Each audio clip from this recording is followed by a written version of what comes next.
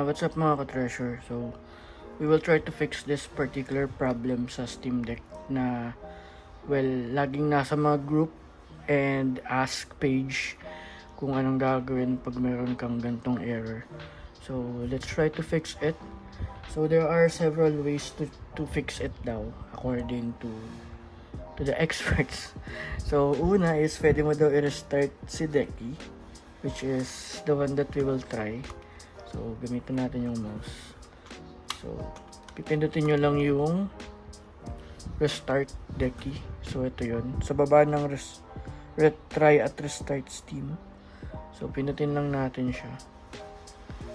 So, maglo-load yan, magro-run siya. And, well, generally magre-restart yung Steam. So, let's fast forward a bit for us to check. So, ayan, lalabas yan. Then, syempre, magre-restart yung Steam. So, fast forward natin. So, ayun, pag napindot nyo na yung restart Decky and nag-restart na yung Steam or yung Steam Deck, so it will route you to the main page. Pero, as you can see, after mo ma-restart, minsan gagana na siya. Pero, minsan, lumalabas pa rin tong error. So, pag lumabas pa rin yung error, what we need to do next is, we need to update the Decky loader sa mismong Steam. So, restart ko muna yung Steam Deck para makapunta tayo sa homepage. So, fast forward ulit natin. So, ayan, na-restart na natin yung Steam Deck. So, next natin gagawin will be, pinutin nyo lang tong 3 dots na to. Then, lalabas tong screen ng Decky. Kung syempre naka-install yung Decky loader sa inyo. So, pinutin nyo lang tong gear icon. So, as I said, there are 2 options daw na pwede natin gawin. It's either we reinstall or update the Decky loader. So, yung reinstall is nandito sa plugin. Pwede nyo siyang i-reinstall. Yan, as you can see. Or, dito sa general, merong update. So, try muna natin tong update para hindi na natin kailangan mag-reinstall.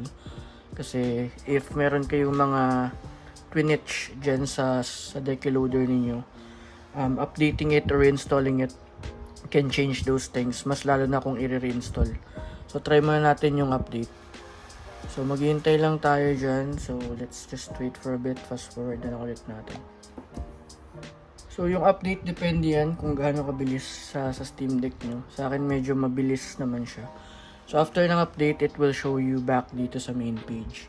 Pero, para ma-check natin kung talagang naayos yung error, so, we can check ulit kung na-update. Press nyo lang ulit yung 3 dots. Pinutin nyo tong parang plug-in na icon. Gear button. So, ayan, as you can see, wala na siya. Wala na yung update dito sa part na to. So, let's try to restart the Steam Deck. Kasi pag nire-restart, minsan dun siya lumalabas eh. So, restart natin yung deck. So, mag-shutdown siya, then mag-reload syempre.